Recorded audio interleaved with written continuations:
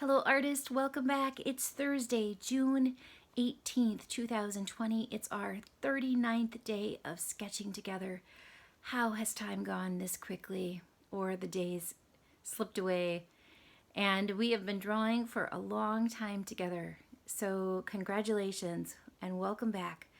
I know sometimes time seems to stand very, very still. There have been moments like that in the last 3 months for me, and I imagine there have been times like that for you as well.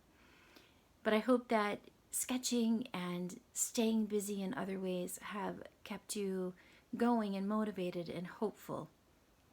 That's what we're hoping. That's what we're hoping to do with all of this art making together. Okay, yesterday we were drawing animals and I drew an armadillo. So here's my finished armadillo. You could see the clean border I ended up with from my painter's tape. The painter's tape was a little frustrating taking it off. It was really very successful in the lines that I created, but then it would take away the paper. So there are places where the paper was tearing, and then I had to tear the paper away.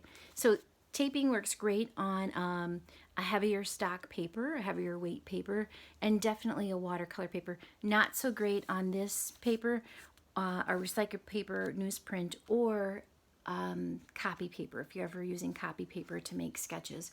So I was happy with the result, very satisfying, those clean edges. I liked the use of my marker when I went in and did the black outlining over the spirals and the armadillo himself, and then of course the landscape as well. But I wouldn't recommend painter's tape or any tape on these necessarily unless you're okay with the border being a little bit messed up from the tearing of the paper. I hope you created an animal that you really loved and something that you really wanted to create. That's the most important thing. Are you creating something you want to create in this process? And I hope that's the case.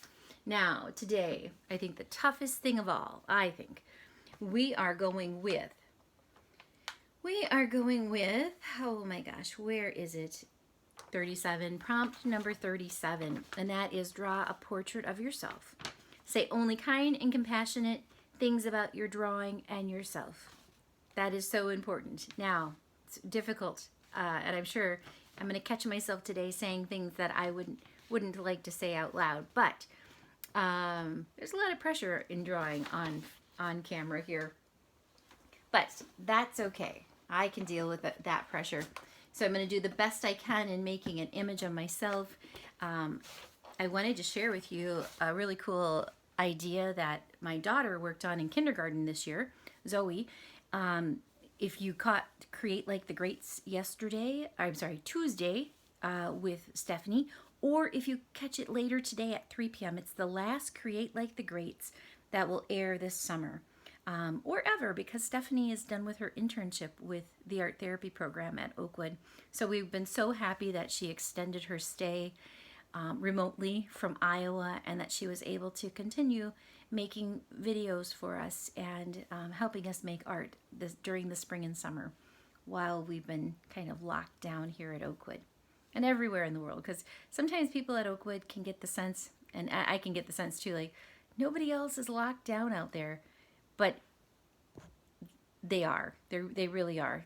People aren't going like we used to go, and people aren't, they're not going to the movies, they're not going out to dinner, they're not doing those things. They have been really stuck at home and not having any visitors as well. So that's important to keep the perspective, because I get a little bit frustrated and lonely and think, why is everyone else getting to go see their family and friends and I can't?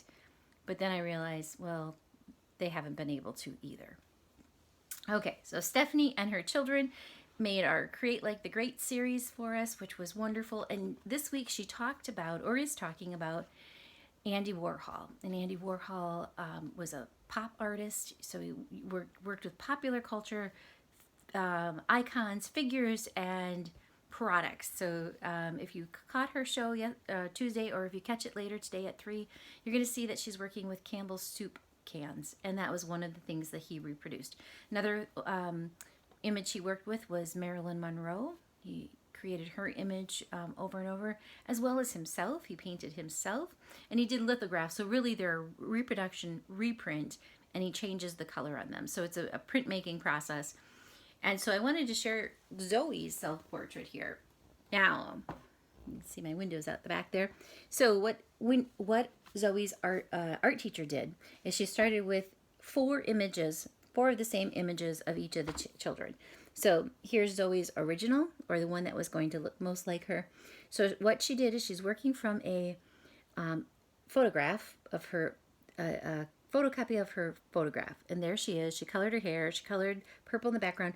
She colored her skin and her lips and her eyes. But she left her shirt. So her shirt, she's wearing a Halloween shirt, and it has lots of different things on it, like bats, diamonds, skulls, I don't know what else, stars, spiders, things like that. And then she went on here and she changed her skin color. You can see it's red, and she added blue to the shirt. And like Stephanie said to us in her Create Like the Greats video this week, is that Andy Warhol used contrasting colors. So colors are crossed from each other on the color wheel. Now, did Zoe do that in all instances? No, but she did use that throughout her imagery here.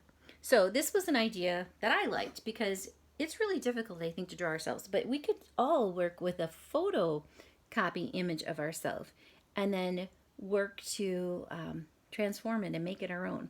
So if you have the means and can work with a photograph or stick it in your printer, print some out, or if you have a photograph and you like me to make some photocopies of it, I would be happy to photograph it so you could do an Andy Warhol like self-portrait series.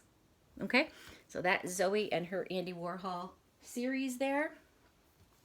Remember, catch Create Like the Greats today at 3 if you can. So I'm thinking about my self-portrait. Now I could draw myself at various stages in life, and I started to think about what would be a fun image to draw.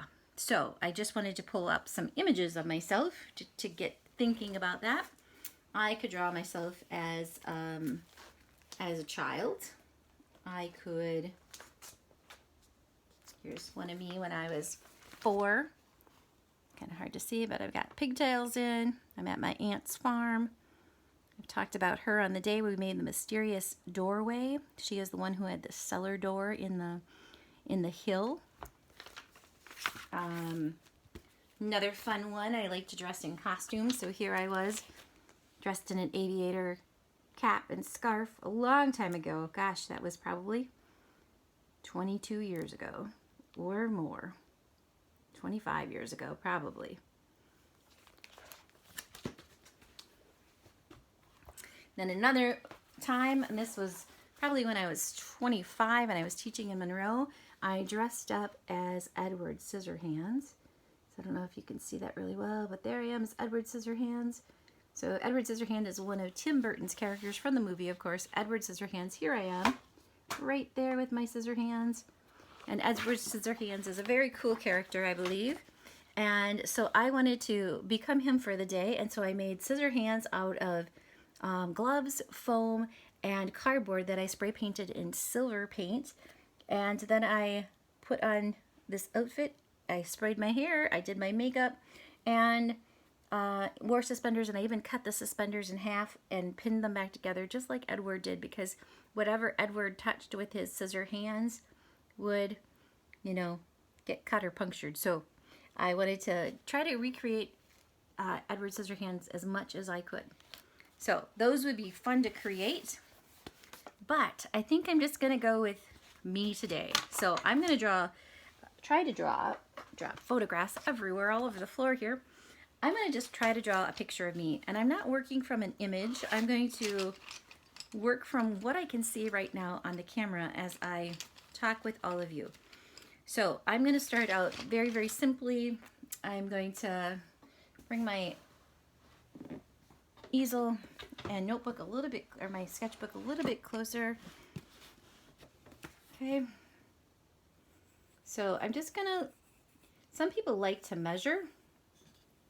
I just like to get started, and there is no rhyme or reason for it. And that might be really frustrating for some of you who've had some technical drawing courses or classes or instruction, And my process of just going at it may not work for you. But I hope in the way I draw, that you can see that you can really quickly make impressions and have something to begin with.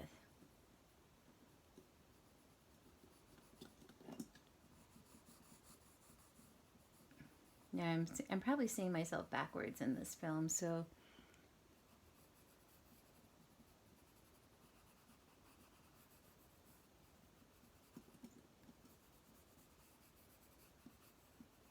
okay, so rough lines. You can see I've got a rough start to me.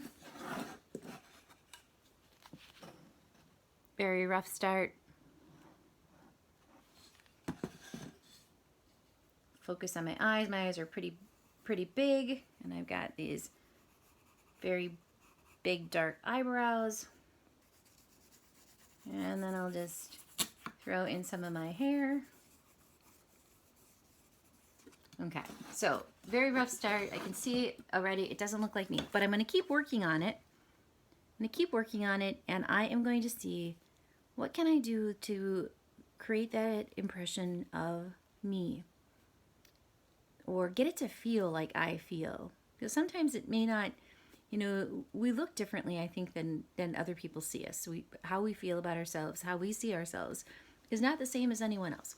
So, enjoy working with the image of yourself. Gosh, it's just so fun. I mean, it's who you see every day when you look in the mirror, or maybe if you're not even looking in the mirror, it's who you know best.